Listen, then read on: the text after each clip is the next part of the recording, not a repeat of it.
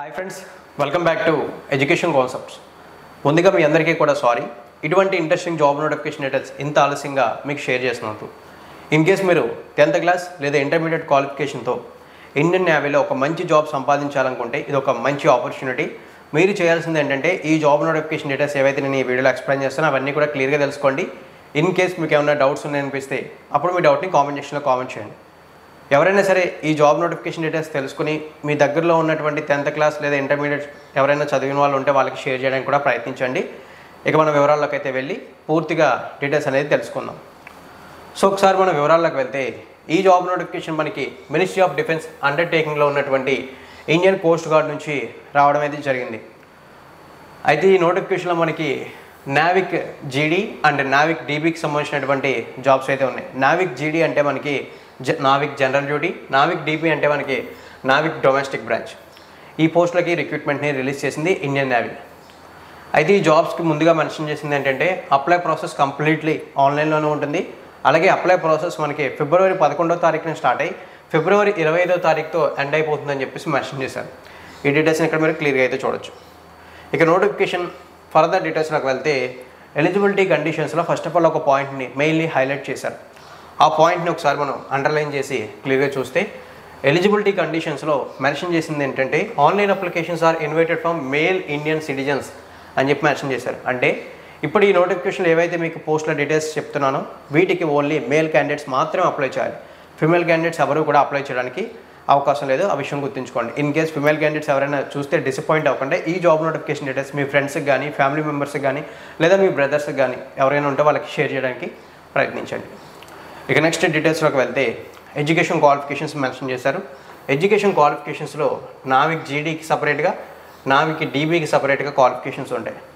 ఏదైతే నావిక్ జీడీ అంటే జనరల్ డ్యూటీ పోస్టులు ఉన్నాయో నావిక్కి సంబంధించి వీటికి 12th పాస్ అయి ఉండాలని చెప్పారు. అంటే ఇంటర్మీడియట్ పాస్ అయి ఉండాలి. ఇంటర్మీడియట్లో కూడా మీకు మ్యాథ్స్ అండ్ ఫిజిక్స్ అనేవి సబ్జెక్టుగా ఉండాలి. అంటే సింపుల్గా మనకి ఎంపీసీ వాళ్ళు అప్లై అయితే చేయొచ్చు అని చెప్పేసి క్లియర్గా అర్థమవుతుంది నావిక్ జీడీకి సంబంధించి. ఇక నెక్స్ట్ చూసుకుంటే మనకి నావిక్ డీబీ. ఈ నావిక్ డీబీకి సంబంధించి 10th క్లాస్ ఎడ్యుకేషన్ క్వాలిఫికేషన్తో అప్లై అయితే చేయొచ్చు. సో ఇక్కడ ఈ వివరాలను క్లియర్గా అయితే చూడొచ్చు. ఇన్ కేస్ మీకు ఏమైనా డౌట్స్ ఉంటే మీరు కామెంట్ సెక్షన్లో కామెంట్ చేయండి. ఇక ఇప్పుడు నోటిఫికేషన్ ఫర్దర్ డీటెయిల్స్లోకి వెళ్తే ఫర్దర్ డీటెయిల్స్లో మనకి మెన్షన్ చేసింది ఏంటంటే ఎలిజిబిలిటీకి సంబంధించి ఏజ్కి సంబంధించిన వివరాలు ఇచ్చారు. ఆ ఏజ్కి సంబంధించిన వివరాల్లో ఈ జాబ్స్కి అప్లై చేసే క్యాండిడేట్కి మినిమం 18 సంవత్సరాల వయసు ఉండాలి. మ్యాక్సిమం 22 సంవత్సరాల వరకు అప్లై అయితే చేయొచ్చు అని చెప్పి మెన్షన్ అయితే చేశారు. అలాగే అప్లై చేసే క్యాండిడేట్స్లో ఎస్సీ ఎస్టీ కేటగిరీ అభ్యర్థులు ఎవరు ఉంటే వాళ్ళకి 5 years age relaxation, OBC category వాళ్ళు ఉంటే వాళ్ళకి 3 years ఏజ్ రిలాక్సేషన్ అనేది అప్లికేబుల్ అవుతుందని చెప్పారు. ఇక పోస్టుల సంఖ్యలకు వెళ్తే నెంబర్ ఆఫ్ వేకెన్సీస్కి సంబంధించిన డీటెయిల్స్లోకి వెళ్తే నావిక్ జీడీకి సంబంధించి ఏవైతే పోస్టులు ఉన్నాయో వీటికి సంబంధించి టోటల్లీ 260 వేకెన్సీస్ ఉన్నాయి. అంటే 260 పోస్టులు అయితే ఉన్నాయి. అయితే వీటిని మనకి జోన్స్ వైజ్ డివైడ్ చేశారు. ఆ విధంగా ఆంధ్రప్రదేశ్ అండ్ తెలంగాణ చూసుకుంటే సౌత్ జోన్లో ఉంటాయి కాబట్టి సౌత్ జోన్కి నెంబర్ ఆఫ్ వేకెన్సీస్ అనేవి చూస్తే సౌత్ జోన్కి సంబంధించి టోటల్లీ మనకి నావిక్ జీడీకి సంబంధించి 54 వేకెన్సీస్ ఉన్నాయి. అంటే 54 పోస్టులు అయితే ఉన్నాయి. ఇక్కడ వివరాలు చూడొచ్చు. ఇక నెక్స్ట్ నావిక్ డీబీకి సంబంధించి చూస్తే నావిక్ డీబీకి సంబంధించి టోటల్గా మనకి 40 పోస్టులు అయితే ఉన్నాయి. అలాగే సౌత్ జోన్కి సంబంధించి చూస్తే సౌత్ జోన్కి సంబంధించి 9 పోస్టులు అయితే ఉన్నాయని చెప్పేసి మెన్షన్ చేశారు.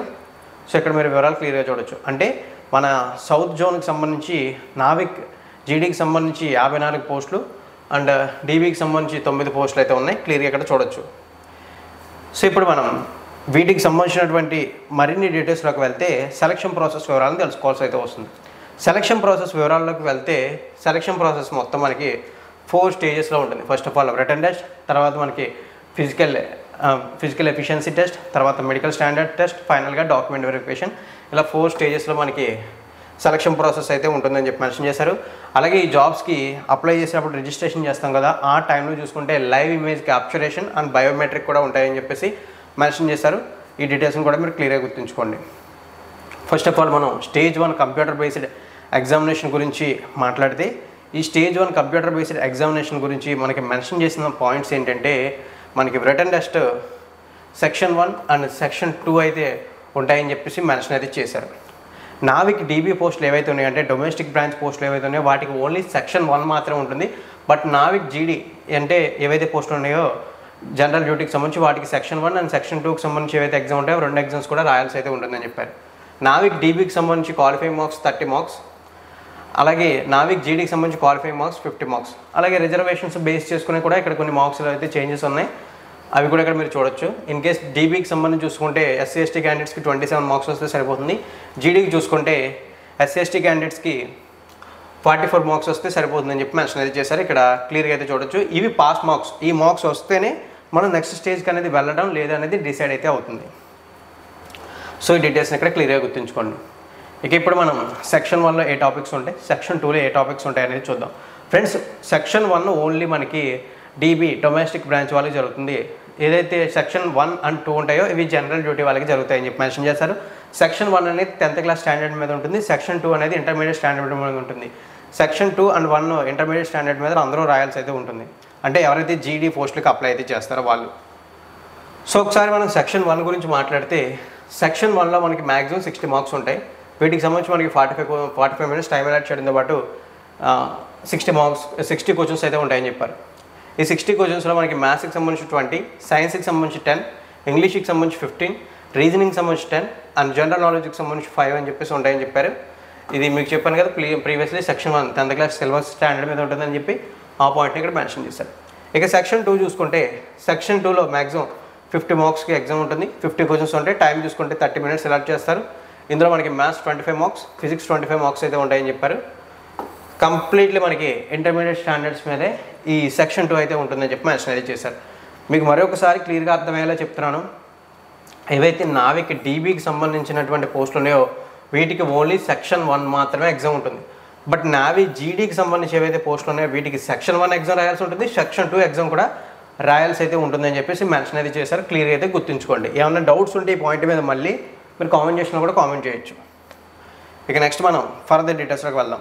ఈ విధంగా మనకి స్టేజ్ 1 అయితే కంప్లీట్ అవుతుంది కదా. స్టేజ్ 1 కంప్లీట్ అయిన తర్వాత పాస్ మార్క్స్ మెన్షన్ చేశారు. ఆ పాస్ మార్క్స్ క్వాలిఫై అయిన వాళ్ళకి స్టేజ్ 2 కండక్ట్ చేస్తారు. ఆ స్టేజ్ 2లో చూసుకుంటే మనకి ఫిజికల్ ఫిట్నెస్ టెస్ట్ ఉంటుంది. దీన్ని మనం ఫిజికల్ ఎఫిషియన్సీ టెస్ట్ అని కూడా పిలవచ్చు. ఈ ఫిజికల్ ఫిట్నెస్ టెస్ట్లో మనకి 1.6 కిలోమీటర్స్ రన్నింగ్ అయితే ఉంటుంది. దీన్ని జస్ట్ 7 మినిట్స్లో కంప్లీట్ చేయాలి. అండ్ ఆల్సో 20 సిటప్స్ 10 పుషప్స్ అయితే కంప్లీట్ చేయాలంటున్నారు. ఇక్కడ వివరాలు అయితే చూడొచ్చు. ఈ విధంగా స్టేజ్ 2 ఉంటుంది.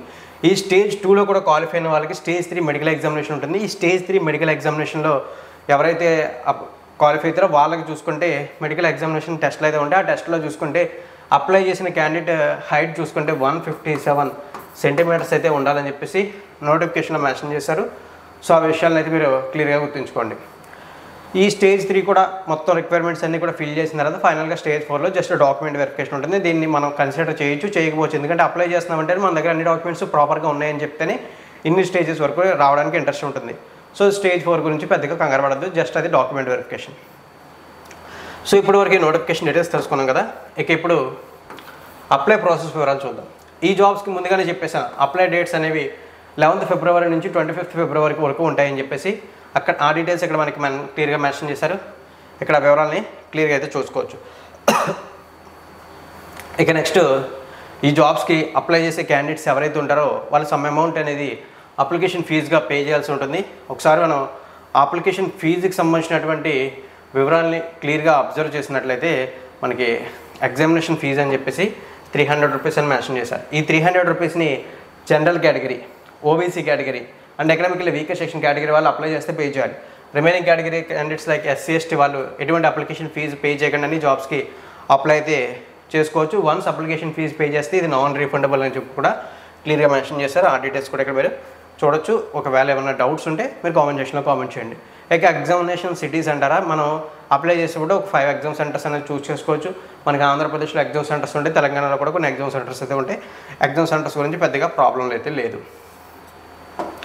ఇక వీటికి సంబంధించినటువంటి టెంటేటివ్ ఎగ్జామినేషన్ షెడ్యూల్ అనేది చూస్తే స్టేజ్ 1 ఏదైతే రిటన్ ఎగ్జామ్ ఉందో ఇది మనకి ఏప్రిల్లో మిడ్లో కానీ, అంటే ఏప్రిల్ నెల మధ్యలో కానీ లేదా ఏప్రిల్ నెల ఎండింగ్లో కానీ జరుగుతుంది స్టేజ్ 1.